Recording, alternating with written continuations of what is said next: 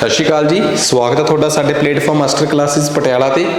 अज असीं रूल्स नाल संबंधित कुछ सवाल लैके आ रहे हैं जो असीं पिछले 2 लैक्चरस दे विच फुल फ्लैज थ्योरी च पढ़िया होया है। सो बहुत ध्यान नाल समझण दी कोशिश करियो। ये 10 सवाल अपने इस टॉपिक नाल related school the management, school the maintenance, records the maintenance नाल रिलेटेड जिहड़े पंजाब दे 2011 वाले रूल्स आ उन्हां नाल संबंधित 30 क्वेश्चनस दे सैट दा पहला सैट आ जिहदे च पहले 10 सवाल होणगे। सो इसे लड़ी के तहत असी चलते हैं। सब तो पहला सवाल कहता स्कूलों की मैपिंग तो चिल्ड्रनस की मैपिंग नाल संबंधित हेठ लिखिया चो किहड़ी ऑप्शन सही है। सब ने क्वेश्चन पढ़ लिया होगा, रोक के क्वेश्चन पढ़ो, अदरवाइज मैं पढ़दा। स्कूलों की मैपिंग तो बच्चों की मैपिंग का मतलब हुंदा, स्कूल की मैपिंग का मतलब हुंदा स्कूल का सारा भूगोल कि स्कूल शहर तो कितनी दूर आ, शहर के किहड़े एरिए च, स्कूल दे नेड़े कितनी क्राउड आ, स्कूल के नेड़े कितनी आबादी आ कि उस आबादी के मुकाबले ये बच्चों को झल्लण दी तैयार आ। बच्चों की मैपिंग होंदी है कि इस एरिए के किन्ने बच्चे पढ़ रहे हुए आ, किन्ने पढ़ लिख गए, किन्ने बच्चों को हजे पढ़ाई नहीं आती, किन्ने बच्चे अपने लैवल की पढ़ाई नहीं कर पा रहे। इनू कहते हैं मैपिंग ऑफ स्टूडेंट। सवाल बड़ा सिंपल आ, कहता गौरमेंट जिहड़ी आ सरकार की जिम्मेवारी आ कि स्कूलों की ते बच्चों की मैपिंग करे। जिद्दन ये रूल्स लागू होए आ 2011 च, उस तो 3 महीनों के अंदर अंदर।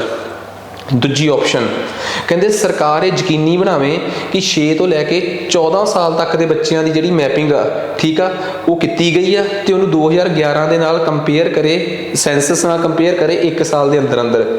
सरकार इस काम ते अपना एक्शन ते काम करे कि हर बच्चा 3 साल के अंदर अंदर अपने गवांढ के स्कूल च जान लग पे, उन्होंने दूर ना जाना पवे। ये 3 गल्लां ने कि इन्हां चों किहड़ी सही आ, 1 and 2, 2 and 3, 1 and 3 कि 1, 2 and 3। देखो ये गल बड़ी क्लीयर आ कि सब तो पहली ऑप्शन जिन्हें थ्योरी पढ़ी है कि स्कूल रूल लागू होने तो 3 महीने के अंदर अंदर स्कूल के बच्चों की मैपिंग कर ली जाए, ये गलत हो गई क्योंकि रूल्स कहते हैं 6 महीनों के अंदर अंदर मैपिंग कर ली जाए। दूजी गल 6 साल तो 14 साल तक के बच्चों की मैपिंग करके कि वो किन्ने पढ़े आ, किन्ने बच्चे पढ़ लिख गए, किन्नियां नूं पढ़ाई नहीं आती, उन्होंने 2011 के सेंसस नाल जरूर कंपेयर करे, उन्होंने 2011 के सेंसस नाल जरूर कंपेयर करे 1 साल के अंदर अंदर। बिल्कुल ऑप्शन सही है। तीसरी सरकार इस काम पर प्लान करे कि अगले आने वाले 3 सालों के अंदर अंदर, मतलब जो 2011 च रूल लागू होए आ तो 2014 तक हर एक बच्चा अपने गवांढी स्कूल च जान लग पे, जिहड़ा भी उहदा रूल आ 1.5 किलोमीटर 1 किलोमीटर वाला प्राइमरी ते अपर प्राइमरी का, उहदे च जान लग पे। बिल्कुल सही है। सो रूल्स के मुताबिक पहला गलत, दूजा सही, तीजा सही। B option, answer is B option. आ प्रॉपर एक्सप्लेनेशन आ सारी जिहड़ी आपां थ्योरी पढ़ी आ सारी उहदे चों चक ली एक्सप्लेनेशन मैं, ताकि तुहानूं दोबारा थ्योरी वाल ना जाना पवे। तुसीं ऐप चों जदों ये पढ़ो तो तुहानूं नाल दी नाल ही पढ़िया जाए। नैक्सट कहता रिकॉर्ड मेनटेनेंस नूं लैके गल कीती है। रिकॉर्ड मेनटेनेंस की गल कीती है, गौर करियो। पहली गल कहता जिहड़ी लोकल अथॉरिटी आ, पंचायत हो गई जां मुनसिपैलिटी, कहता ये घर घर जाके सर्वे करे तो बर्थ तो लैके 18 साल तक के बच्चों का पूरा डाटा लैके आवे कि किन्ने बच्चे आ पढ़े लिखे आ, किन्ने पढ़े आ, किन्नियां नूं की आउंदा, उस हिसाब नाल। दूजी गल फिर उस रिकॉर्ड नूं अक्तूबर तो दसंबर तक मेनटेन किया जाए। तीसरी गल पंचायत ये श्योर करे कि सारे बच्चों के नाम उहदे च आ गए डाटे च, फिर उन्होंने पब्लिकली डिस्पले किया जाए।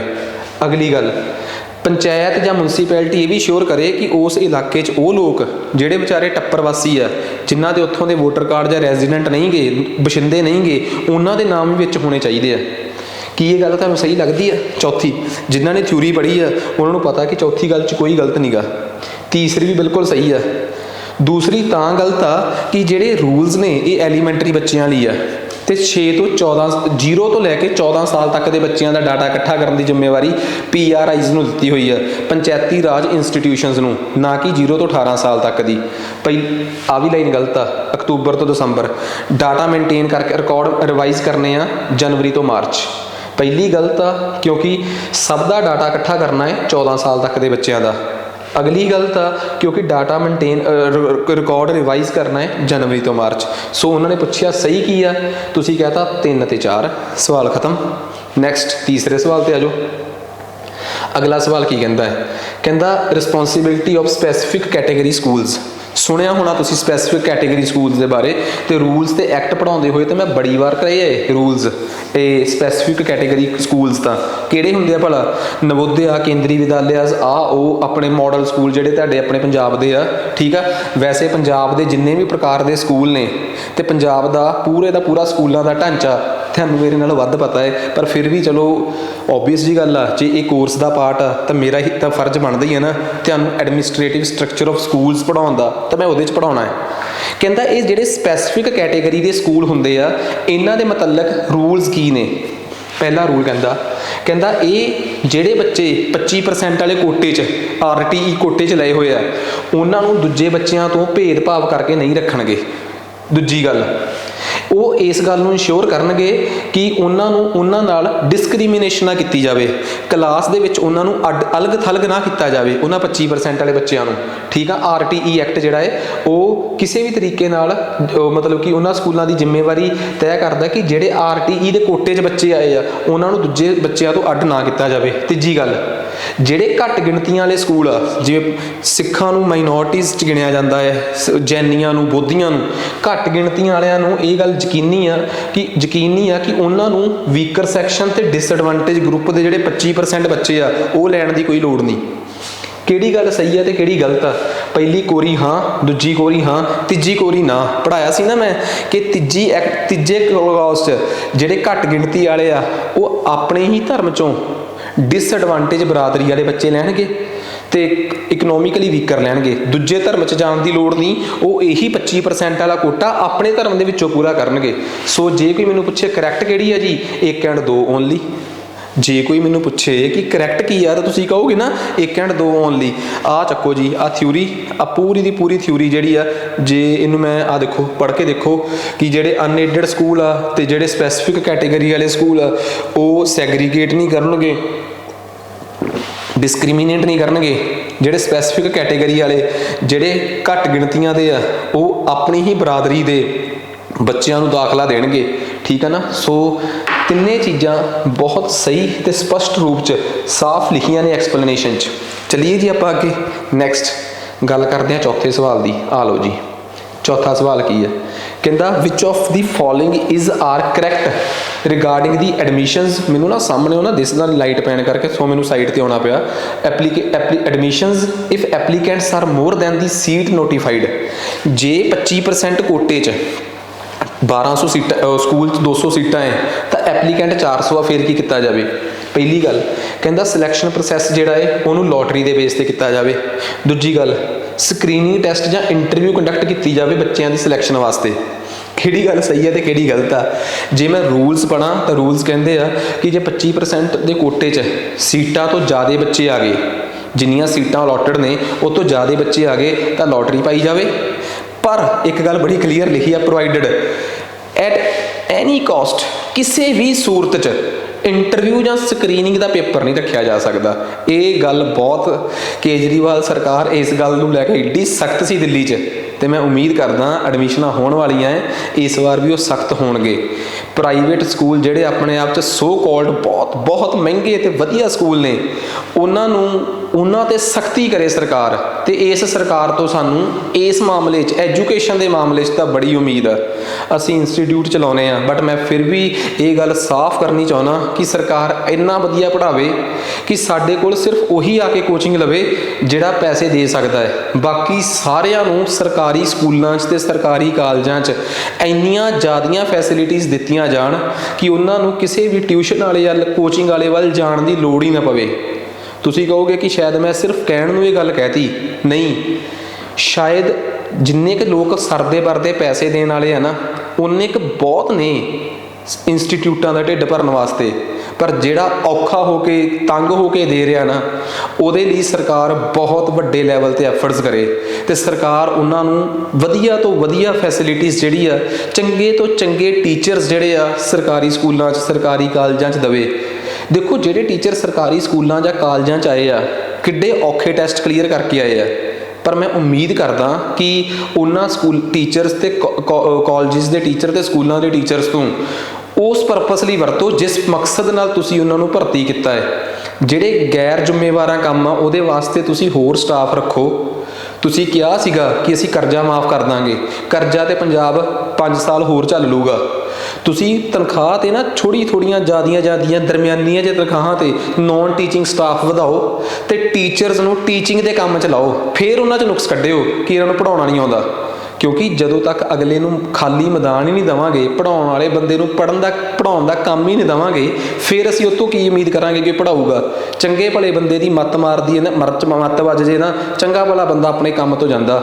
ਸੋ ਮੇਰੀ ਤਾਂ ਦੇਖੋ ਕੋਈ ਹੈਸੀਅਤ ਨਹੀਂ, ਬਟ ਸਰਕਾਰ ਨੂੰ ਸਲਾਹ ਹੀ ਆ, ਜੇ ਕੋਈ ਸਰਕਾਰ ਦਾ ਖਾਸ ਇਹ ਦੇਖਦਾ ਹੋਵੇ ਤਾਂ ਆਪਣੇ ਹਿਸਾਬ ਨਾਲ ਰਿਕਮੈਂਡੇਸ਼ਨ 'ਚੋਂ ਜੋ ਗੱਲਾਂ ਚੰਗੀਆਂ ਲੱਗੀਆਂ ਕੱਢ ਕੇ ਸਰਕਾਰ ਨੂੰ ਜ਼ਰੂਰ ਰੱਖੇ।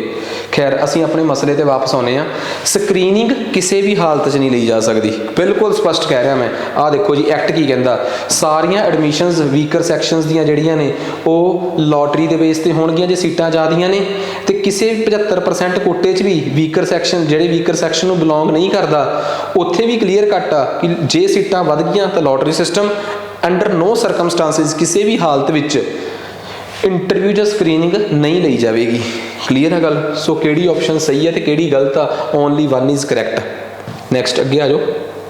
ਅੱਗੇ ਕਹਿੰਦਾ 3 ਮੈਂਬਰੀ ਕਮੇਟੀ ਜਿਹੜੀ ਕਿ ਐਗਰਾਈਡ ਪਾਰਟੀਜ਼ ਦੇ ਐਡਮਿਸ਼ਨ ਨੂੰ ਲੈ ਕੇ ਜੇ ਝਗੜਾ ਹੁੰਦਾ ਹੈ, ਐਡਮਿਸ਼ਨਸ ਨੂੰ ਲੈ ਕੇ ਜੇ ਝਗੜਾ ਹੁੰਦਾ ਹੈ ਤਾਂ ਜਿਹੜੀ 3 ਮੈਂਬਰੀ ਕਮੇਟੀ ਆ ਉਹਦੇ ਨਾਲ ਸੰਬੰਧਿਤ ਕੁਝ ਗੱਲ ਆ।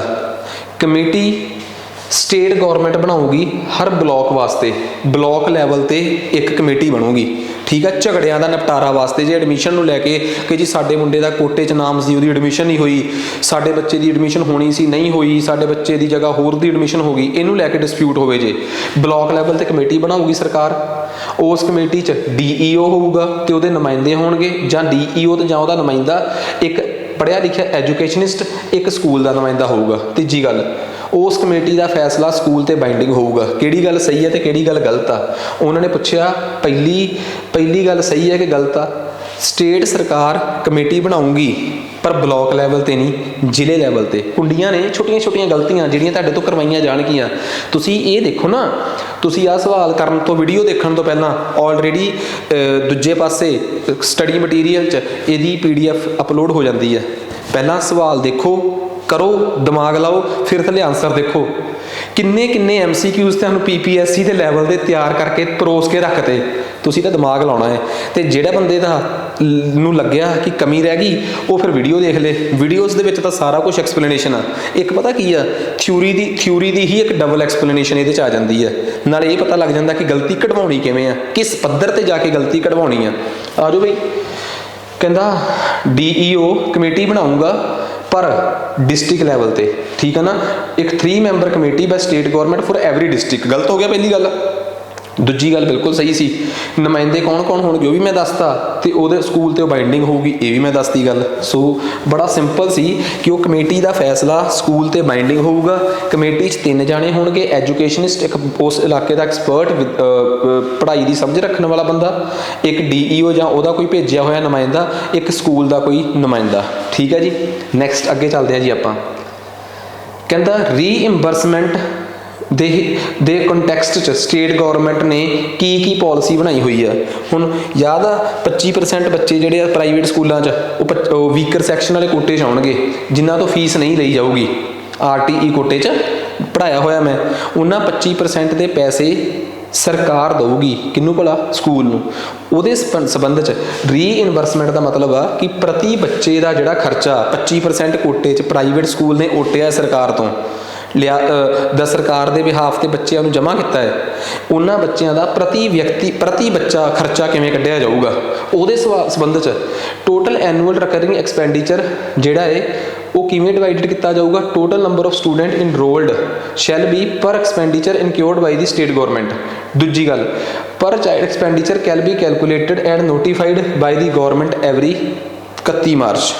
ਇੱਕ ਗੱਲ ਦੇਖੋ ਕਿਵੇਂ ਕੱਢਿਆ ਜਾਊਗਾ ਇਹਦਾ ਬੜਾ ਪਹਿਲਾ ਆਪਸ਼ਨ ਕੀ ਕਹਿੰਦਾ ਹੈ ਕਿ ਪਹਿਲਾ ਆਪਸ਼ਨ ਇਹ ਆ ਕਿ ਜਿੰਨਾ ਟੋਟਲ ਖਰਚਾ ਉਹਨਾਂ ਬੱਚਿਆਂ ਤੇ ਹੋਇਆ ਹੈ ਉਹਨੂੰ ਜਿੰਨੇ ਬੱਚੇ ਇਨਰੋਲ ਹੋਏ ਉਹਦੇ ਨਾਲ ਡਿਵਾਈਡ ਕਰਕੇ। ਬਿਲਕੁਲ ਸਹੀ ਆ।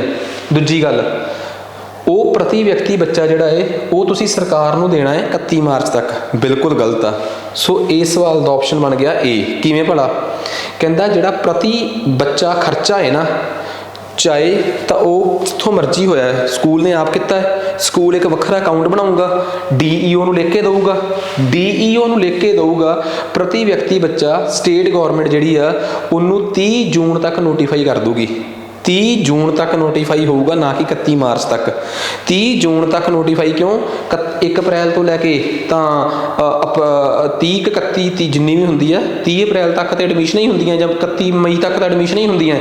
30 ਜੂਨ ਤੱਕ ਉਹ ਨੋਟੀਫਾਈ ਹੋ ਕੇ ਆ ਜਾਊਗਾ ਕਿ ਸਾਡਾ ਇੰਨੇ ਬੱਚਿਆਂ ਨੂੰ ਅਨਰੋਲ ਕਰਨ ਤੇ ਇੰਨਾ ਖਰਚਾ ਆਇਆ। ਸੋ ਇੱਕ ਆਪਸ਼ਨ ਹੋ ਗਈ ਸਹੀ, ਇੱਕ ਆਪਸ਼ਨ ਕੀ ਹੋ ਗਈ ਆਪਣੇ ਕੋਲ? ਗਲਤ ਹੋ ਗਈ। ਠੀਕ ਆ। ਇਸ ਖਰਚੇ ਨੂੰ ਕੱਢਣ ਦਾ ਇੱਕ ਬੜਾ ਵਧੀਆ ਤਰੀਕਾ ਹੈ। ਸਰਕਾਰੀ ਸਕੂਲ 'ਚ ਜਿੰਨੇ ਬੱਚੇ ਪ੍ਰਾਈਵੇਟ ਸਕੂਲ 'ਚ ਦਾਖਲ ਹੋਏ ਆ, ਉਹਨਾਂ ਬੱਚਿਆਂ ਨੂੰ ਜਿੰਨੇ ਬੱਚੇ ਦਾਖਲ ਹੋਏ ਆ, ਉਹਨਾਂ ਬੱਚਿਆਂ ਨੂੰ ਪੜ੍ਹਾਉਣ ਵਾਸਤੇ ਕਿੰਨੇ ਟੀਚਰ ਚਾਹੀਦੇ ਆ, ਸਟੂਡੈਂਟ ਟੂ ਪਿਊਪਲ ਰੇਸ਼ੋ ਤੋਂ ਕੱਢ ਲਿਆ ਜਾਊਗਾ। ਜੋ ਅਪਰ ਪ੍ਰਾਇਮਰੀ ਆ ਤੇ ਉਹ ਪ੍ਰਾਇਮਰੀ ਆ ਤੇ ਉਹ, ਫਿਰ ਉਹਨਾਂ ਸਾਰੇ ਟੀਚਰਸ ਦੀ ਤਨਖਾਹ ਦੇਖੀ ਜਾਊਗੀ। ਕਿਵੇਂ ਭਲਾ?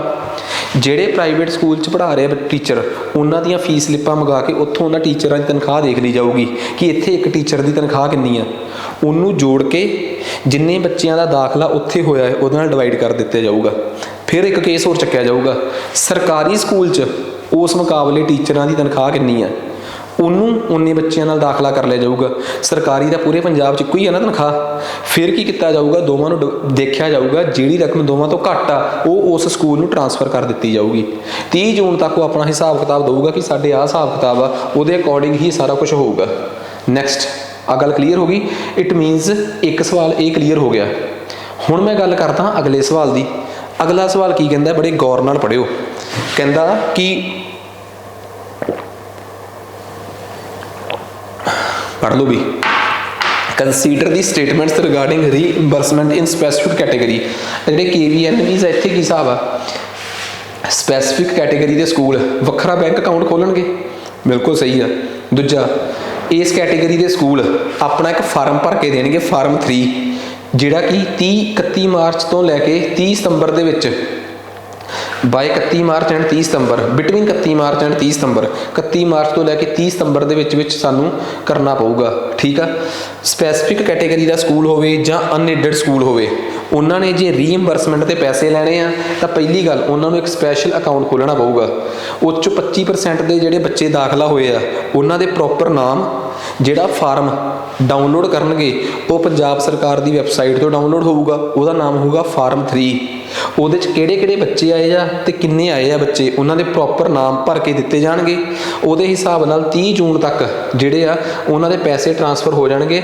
ਪਰ ਇਹ 31 ਮਾਰਚ ਤੋਂ ਲੈ ਕੇ 30 ਸਤੰਬਰ ਤੱਕ ਉਹ ਸਾਰਾ ਡਾਟਾ ਦੇਣਗੇ। ਅਗਲੇ ਸਾਲ ਦੀ 30 ਜੂਨ ਤੱਕ ਉਹਨਾਂ ਦੇ ਅਕਾਊਂਟ 'ਚ ਉਹਨਾਂ ਦੇ ਪੈਸੇ ਆ ਜਾਣਗੇ। ਨੋਟੀਫਾਈ ਕਰ ਦੂਗਾ ਜਿਹੜਾ ਉੱਥੋਂ ਦਾ ਉਹ ਹੈਗਾ DEO ਆ ਜਿਹੜਾ। ਠੀਕ ਹੈ ਜੀ। ਆਹ ਸਾਰਾ ਸਿਸਟਮ ਹੋਊਗਾ ਇੱਥੇ। ਕਲੀਅਰ ਹੈ। ਨੈਕਸਟ ਅੱਗੇ ਆ ਜਾਓ। ਕਹਿੰਦਾ ਹੁਣ ਅਗਲਾ ਸਟੇਟਮੈਂਟ, ਜਿਹੜੀ ਐਕਸਟੈਂਸ਼ਨ ਪੀਰੀਅਡ ਆ ਐਡਮਿਸ਼ਨ ਦਾ ਉਹ 3 ਮਹੀਨੇ ਆ। ਕਿਸੇ ਵੀ ਬੱਚੇ ਨੂੰ ਡਿਨਾਈ ਕੀਤਾ ਜਾ ਸਕਦਾ ਜੇ ਉਹ ਲੇਟ ਐਡਮਿਸ਼ਨ ਲੈਂਦਾ ਸੈਸ਼ਨ 'ਚ। ਕੀ ਗੱਲ ਸਹੀ ਆ? ਦੇਖੋ ਇੱਕ ਗੱਲ ਬੜੀ ਕਲੀਅਰ ਆ ਕਿ ਜੇ ਮੈਂ RTE ਰੂਲਸ ਦੀ ਗੱਲ ਕਰਾਂ ਤਾਂ ਪਹਿਲੀ ਗੱਲ ਤਾਂ ਇਹ ਕਲੀਅਰ ਆ ਕਿ ਜਿਹੜਾ ਐਕਸਟੈਂਸ਼ਨ ਪੀਰੀਅਡ ਆ, ਠੀਕ ਆ ਨਾ, ਕਿ ਕਿੰਨੀ ਲੇਟ ਇੱਕ ਬੱਚਾ ਐਡਮਿਸ਼ਨ ਲੈ ਸਕਦਾ। ਇਹਦੇ ਬਾਰੇ ਰੂਲਸ ਕੀ ਕਹਿੰਦੇ ਆ? ਇਹਦੇ ਬਾਰੇ ਰੂਲਸ ਸਾਫ਼ ਕਹਿੰਦੇ ਆ ਕਿ ਇੱਕ ਬੱਚਾ ਸੈਸ਼ਨ ਸ਼ੁਰੂ ਹੋਣ ਤੋਂ 4 ਮਹੀਨੇ ਦੇ ਅੰਦਰ ਐਡਮਿਸ਼ਨ ਲੈ ਸਕਦਾ ਹੈ। ਜੇ 4 ਮਹੀਨੇ ਦੇ ਅੰਦਰ ਐਡਮਿਸ਼ਨ ਨਹੀਂ ਲਈ ਬੱਚੇ ਨੇ, ਫਿਰ ਕੀ ਹੋਊਗਾ? ਬੱਚੇ ਨੂੰ ਐਡਮਿਸ਼ਨ ਦੇਣ ਤੋਂ ਤੁਸੀਂ ਫਿਰ ਵੀ ਡਿਨਾਈ ਨਹੀਂ ਕਰ ਸਕਦੇ, ਤੁਹਾਨੂੰ ਐਡਮਿਸ਼ਨ ਦੇਣੀ ਪਊਗੀ। ਉਹਦੀ ਸਪੈਸ਼ਲ ਟ੍ਰੇਨਿੰਗ ਲਵਾ ਕੇ, ਟ੍ਰੇਨਿੰਗ 'ਚੋਂ ਪਾਸ ਕਰਾ ਕੇ ਫਿਰ ਉਹਨੂੰ ਚੱਲਦੀ ਕਲਾਸ 'ਚ ਬਿਠਾ ਦਿੱਤਾ ਜਾਊਗਾ। ਇਹ ਰੂਲਸ ਨੇ। ਸੋ ਪਹਿਲਾ ਇਸ ਕਰਕੇ ਗਲਤ ਆ, 3 ਮਹੀਨੇ ਨਹੀਂ 4 ਮਹੀਨੇ। ਦੂਜਾ ਇਸ ਕਰਕੇ ਗਲਤ ਆ, ਕਿਸੇ ਵੀ ਸੂਰਤ 'ਚ ਬੱਚੇ ਦੀ ਐਡਮਿਸ਼ਨ ਡਿਨਾਈ ਨਹੀਂ ਕੀਤੀ ਜਾ ਸਕਦੀ। ਕਿਸੇ ਵੀ ਸੂਰਤ 'ਚ ਬੱਚੇ ਦੀ ਐਡਮਿਸ਼ਨ ਡਿਨਾਈ ਨਹੀਂ ਕੀਤੀ ਜਾ ਸਕਦੀ। ਇਹ ਕਹਿ ਰਿਹਾ ਕਿ ਡਿਨਾਈ ਕੀਤੀ ਜਾ ਸਕਦੀ ਆ। ਇਹ ਹੋ ਗਿਆ ਆਪਸ਼ਨ ਗਲਤ। ਨੈਕਸਟ ਅੱਗੇ ਆ ਜਾਓ ਜੀ। ਅਗਲੀ ਚੀਜ਼ ਕੀ ਕਹਿੰਦੀ ਹੈ? ਅਗਲਾ ਕੁਐਸਚਨ ਆਪਾਂ ਨੂੰ ਕਹਿੰਦਾ ਹੈ ਕਿ ਸਕੂਲਾਂ ਦੀ ਰਿਕੋਗਨਾਈਜੇਸ਼ਨ ਨੂੰ ਲੈ ਕੇ, ਠੀਕ ਆ, ਸਕੂਲਾਂ ਦੀ ਰਿਕੋਗਨਾਈਜੇਸ਼ਨ ਨੂੰ ਲੈ ਕੇ ਜਿਹੜੇ ਰੂਲਸ ਨੇ ਉਹ ਕੀ ਕਹਿੰਦੇ ਆ? Every school established before the commencement of this act or rules shall make a self declaration within the period of 2 months of the promulgation of rules। ਕਿ ਜਿਹੜੇ ਸਕੂਲ ਇਹ ਐਕਟ ਲਾਗੂ ਹੋਣ ਤੋਂ ਪਹਿਲਾਂ ਦੇ ਬਣੇ ਹੋਏ ਆ ਉਹਨਾਂ ਨੂੰ 2 ਮਹੀਨੇ ਦੇ ਅੰਦਰ ਅੰਦਰ ਇੱਕ ਲਿਖ ਕੇ ਦੇਣਾ ਪਊਗਾ ਕਿ ਸਾਡੇ ਇੱਥੇ ਅਸੀਂ ਤੁਹਾਡੇ ਰੂਲਸ ਬਣਨ ਤੋਂ ਪਹਿਲਾਂ ਦੇ ਖੁੱਲ੍ਹੇ ਹੋਏ ਆ ਤੇ ਅਸੀਂ ਇਹ ਸ਼ੋਰ ਕਰਦੇ ਹਾਂ ਕਿ ਜਿਹੜੇ ਤੁਸੀਂ ਰੂਲਸ ਬਣਾਏ ਆ ਅਸੀਂ ਉਸ ਰੂਲਸ ਦੇ ਅਕੋਰਡਿੰਗ ਚੱਲ ਰਹੇ ਆ। ਇਹ ਤੁਸੀਂ 2 ਮਹੀਨੇ ਦੇ ਅੰਦਰ ਅੰਦਰ ਲਿਖ ਕੇ ਦੇਣਾ ਹੈ। ਦੂਜਾ ਇਹ ਸੈਲਫ ਡੈਕਲੇਰੇਸ਼ਨ ਤੁਸੀਂ ਫਾਰਮ ਨੰਬਰ 1 'ਚ ਦੇਣਾ ਹੈ। ਇਸ ਰੂਲਸ 'ਚ 3 ਹੀ ਫਾਰਮ ਨੇ, ਫਾਰਮ 1, ਫਾਰਮ 2 ਤੇ ਫਾਰਮ 3। ਫਾਰਮ 3 ਹੈਗਾ ਰੀਇੰਬਰਸਮੈਂਟ ਵਾਸਤੇ, ਫਾਰਮ 1 ਕਿ ਸਕੂਲ ਕੀ ਲਿਖ ਕੇ ਦੇਣਗੇ ਉਹਨੂੰ ਲੈ ਕੇ। ਤੀਜੀ ਗੱਲ, ਇਹ ਡੈਕਲੇਰੇਸ਼ਨ ਜਿਹੜਾ ਹੈ ਇਹ DEO ਪਬਲਿਕ ਓਪੀਨੀਅਨ ਲਈ ਰੱਖੂਗਾ ਜਿੱਦਣ ਉਹਦੇ ਕੋਲ ਆ ਗਿਆ 10 ਦਿਨਾਂ ਦੇ ਅੰਦਰ ਅੰਦਰ। ਜੇ ਉਹਨੂੰ ਕਮੀ ਪੇਸ਼ੀ ਲੱਗੀ ਫਿਰ ਉਹ ਜਾਂਚ ਕਰਨ ਜਾਊਗਾ। ਜਾਂਚ 'ਚ ਉਹ ਸਕੂਲ ਨੂੰ ਐਫੀਲੀਏਸ਼ਨ ਦੇ ਵੀ ਸਕਦਾ ਹੈ ਤੇ ਨਹੀਂ ਵੀ। ਤੁਸੀਂ ਕਹੋਗੇ ਐਫੀਲੀਏਸ਼ਨ ਤਾਂ ਉਹਨੇ ਪਹਿਲਾਂ ਲਈ ਹੋਈ ਆ, ਯਾਨੀ ਕਿ ਰਿਕੋਗਨਾਈਜੇਸ਼ਨ ਤਾਂ ਉਹਨੇ ਪਹਿਲਾਂ ਲਈ ਆ। ਜਦੋਂ ਰਿਕੋਗਨਾਈਜੇਸ਼ਨ ਲਈ ਸੀ ਉਦੋਂ ਰੂਲਸ ਨਹੀਂ ਸੀ ਨਾ ਆਏ, ਹੁਣ ਨਵੇਂ ਰੂਲਸ ਦੇ ਅਕੋਰਡਿੰਗਲੀ ਉਹਨੂੰ ਰਿਕੋਗਨਾਈਜੇਸ਼ਨ ਮਿਲੂਗੀ। ਤੇ ਜੇ DEO ਨੇ ਕਹਿਤਾ ਕਿ ਮੈਨੂੰ ਪਸੰਦ ਨਹੀਂਗਾ, DEO ਫਾਰਮ ਨੰਬਰ 2 'ਚ ਲਿਖ ਕੇ ਭੇਜੂਗਾ ਕਿ ਤੁਹਾਡੇ 'ਚ ਆਹ ਕਮੀਆਂ ਹੈ। 3 ਫਾਰਮ ਨੇ ਇਹਨਾਂ ਰੂਲਸ 'ਚ। ਤਿੰਨੇ ਫਾਰਮ ਮੈਂ ਦੱਸਦੇ ਕਿ ਪਹਿਲਾ ਫਾਰਮ ਕੌਣ ਲਿਖੂਗਾ, ਦੂਜਾ ਕੌਣ ਲਿਖੂਗਾ ਤੇ ਤੀਜਾ ਫਾਰਮ ਕਿਸ ਕੰਮ ਲਈ ਆ। ਸਵਾਲ ਦਾ ਤਾਂ ਮੈਂ ਆਨਸਰ ਦੇ ਹੀ ਦਿੱਤਾ ਪਰ ਮੈਂ ਸੋਲੂਸ਼ਨ ਪੜ੍ਹਾਦਾ ਤੁਹਾਨੂੰ। ਕਹਿੰਦੇ ਹਰ ਇੱਕ ਸਕੂਲ ਐਕਟ ਲਾਗੂ ਹੋਣ ਤੋਂ 3 ਮਹੀਨੇ ਦੇ ਅੰਦਰ ਅੰਦਰ, ਆਪਸ਼ਨ 'ਚ ਕਿੰਨੇ ਮਹੀਨੇ ਸੀਗੇ? ਆਪਸ਼ਨ 'ਚ ਸੀਗਾ 2 ਮਹੀਨੇ ਦੇ ਅੰਦਰ ਅੰਦਰ। 3 ਮਹੀਨੇ ਦੇ ਅੰਦਰ ਅੰਦਰ ਆਪਣੇ ਆਪ ਨੂੰ ਰਿਕੋਗਨਾਈਜ਼ ਕਰਨ ਵਾਸਤੇ DEO ਨੂੰ ਲੈਟਰ ਲਿਖੂਗਾ ਫਾਰਮ ਨੰਬਰ 1। DEO ਨੂੰ ਕਮੀ ਪੇਸ਼ੀ ਲੱਗੀ ਤੇ DEO ਉਸੇ ਫਾਰਮ ਨੂੰ ਵਾਪਸ ਭੇਜ ਦੂਗਾ। ਠੀਕ ਹੈ ਨਾ, DEO ਉਸੇ ਫਾਰਮ ਨੂੰ ਵਾਪਸ ਭੇਜ ਦੂਗਾ ਫਾਰਮ ਨੰਬਰ 1 ਨੂੰ ਤੇ ਉਹ DEO ਉਹਨਾਂ ਦੀ ਰਿਕੋਗਨਾਈਜੇਸ਼ਨ ਜਿਹੜੀ ਆ ਉਹਨੂੰ ਵਾਪਸ ਭੇਜ ਦੂਗਾ, ਕੈਂਸਲ ਕਰ ਦੂਗਾ ਤੇ ਇਨਸਪੈਕਸ਼ਨ ਕਰਨ ਤੋਂ ਬਾਅਦ ਉਹਨਾਂ ਤੋਂ ਇੱਕ ਸਵਾਲ ਪੁੱਛੂਗਾ ਕਿ ਤੁਸੀਂ ਇਹ ਸਾਰਾ ਕੁਝ ਕਿੰਨੇ ਚਿਰ 'ਚ ਠੀਕ ਕਰ ਲੋਗੇ। ਇਹ ਭੇਜੂਗਾ ਫਾਰਮ ਨੰਬਰ 2 'ਚ। ਇਹ ਗੱਲ ਕਲੀਅਰ ਹੋ ਗਈ। ਇਟ ਮੀਨਸ ਪਹਿਲੀ ਗੱਲ ਤਾਂ ਆਪਾਂ ਨੂੰ ਕਲੀਅਰ ਹੋ ਗਈ ਕਿ ਉਹਨਾਂ ਨੇ ਪੁੱਛਿਆ ਸੀ ਕੀ ਸਹੀ ਆ ਕੀ ਗਲਤ ਆ। ਸਕੂਲ ਜਿਹੜਾ ਡੈਕਲੇਰੇਸ਼ਨ ਕਰਨਗੇ ਫਾਰਮ ਨੰਬਰ 1 'ਚ ਸਹੀ ਆ। ਪਹਿਲੀ ਆਪਾਂ ਨੂੰ ਪਤਾ ਲੱਗ ਗਿਆ ਕਿ ਗਲਤ ਇਸ ਕਰਕੇ ਆ ਕਿਉਂਕਿ 3 ਮਹੀਨੇ ਨਹੀਂ, 2 ਮਹੀਨੇ ਨਹੀਂ, 3 ਮਹੀਨਿਆਂ ਦੇ ਵਿੱਚ ਸਕੂਲ ਆਪਣੀ ਰਿਕੋਗਨਾਈਜੇਸ਼ਨ ਲਈ ਅਪਲਾਈ ਕਰੂਗਾ ਇਸ ਰੂਲਸ ਨੂੰ ਲਾਗੂ ਹੋਣ ਤੋਂ ਬਾਅਦ। ਇਸ ਕਰਕੇ ਗਲਤ ਆ। ਠੀਕ ਆ, ਕਿਉਂਕਿ DEO ਉਹ ਸਾਰਾ ਕੁਝ ਜੋ ਉਹਦੇ ਕੋਲ ਤੱਕ ਆਇਆ 15 ਦਿਨਾਂ ਦੇ ਅੰਦਰ ਅੰਦਰ ਪਬਲਿਕ ਡੋਮੇਨ 'ਚ ਰੱਖੂਗਾ, ਨਾ ਕਿ 10 ਦਿਨਾਂ ਦੇ ਅੰਦਰ ਅੰਦਰ। ਕਮੀ ਪੇਸ਼ੀ ਆ ਗਈ ਫਿਰ ਇਨਸਪੈਕਸ਼ਨ ਕਰਕੇ ਆਊਗਾ।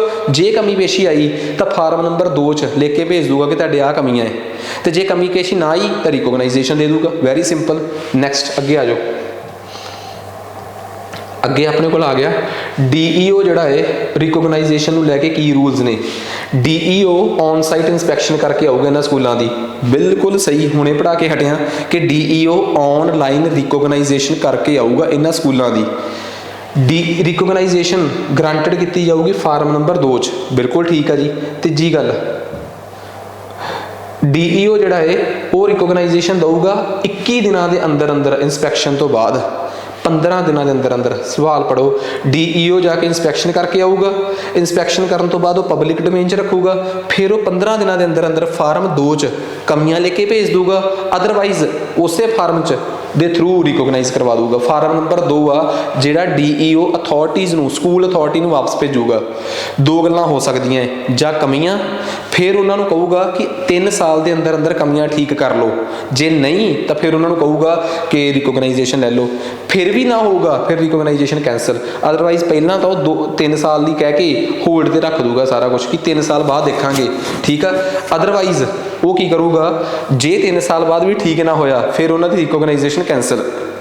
ਮੰਨ ਲਓ ਕਿਸੇ ਸਕੂਲ ਦੀ ਅਗਸਤ 'ਚ ਰਿਕੋਗਨਾਈਜੇਸ਼ਨ ਕੈਂਸਲ ਹੋ ਗਈ ਪਰ ਉਹ ਅਗਲੇ ਅਪ੍ਰੈਲ ਤੱਕ ਤਾਂ ਸਕੂਲ ਚੱਲੂਗਾ ਹੀ ਚੱਲੂਗਾ ਤਾਂ ਕਿ ਨਵੇਂ ਪੁਰਾਣੇ ਬੱਚਿਆਂ ਦੀ ਪੜ੍ਹਾਈ ਪੂਰੀ ਹੋ ਸਕੇ, ਉਹਦੇ 'ਤੇ ਇੰਪੈਕਟ ਨਾ ਆਵੇ। ਇਹ ਤਾਂ ਮੈਂ ਸਾਰਾ ਥਿਊਰੀ 'ਚ ਪੜ੍ਹਾਈ ਰੱਖਿਆ, ਤੁਹਾਨੂੰ ਪੂਰੀ ਡਿਟੇਲ 'ਚ ਪਤਾ ਲੱਗ ਗਿਆ ਨਾ ਕਿ ਕਹਾਣੀ ਕੀ ਹੈ। 10 ਦਿਨ ਨਹੀਂ ਤਾਂ 15 ਦਿਨ।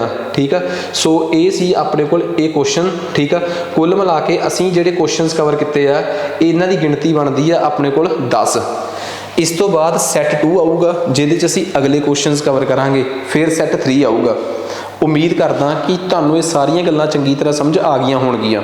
ਸਕੂਲ ਮੇਨਟੇਨੈਂਸ, ਸਕੂਲ ਰਿਕਾਰਡਸ, ਇਹ ਬਹੁਤ ਕੁਝ ਅੱਗੇ ਡਿਟੇਲ 'ਚ ਵੀ ਆਉਣਾ ਹੈ, ਬਿਕੋਜ਼ ਇੱਕ ਟੌਪਿਕ ਹੀ ਸਪੈਸ਼ਲ ਸਕੂਲ ਰਿਕਾਰਡ ਮੇਨਟੇਨੈਂਸ ਆ, ਉਹਦੇ 'ਚ ਜਾ ਕੇ ਤਾਂ ਮੈਂ ਅੱਡ ਪੜ੍ਹਾਉਣਾ ਹੀ ਆ। ਇਹ ਤਾਂ ਰੂਲਸ ਦੇ ਵਿੱਚ ਜੋ ਸਕੂਲ ਮੇਨਟੇਨੈਂਸ ਆਈ ਸੀ ਜਸਟ ਉਹ ਦੱਸੀ ਹੈ ਇੱਕ।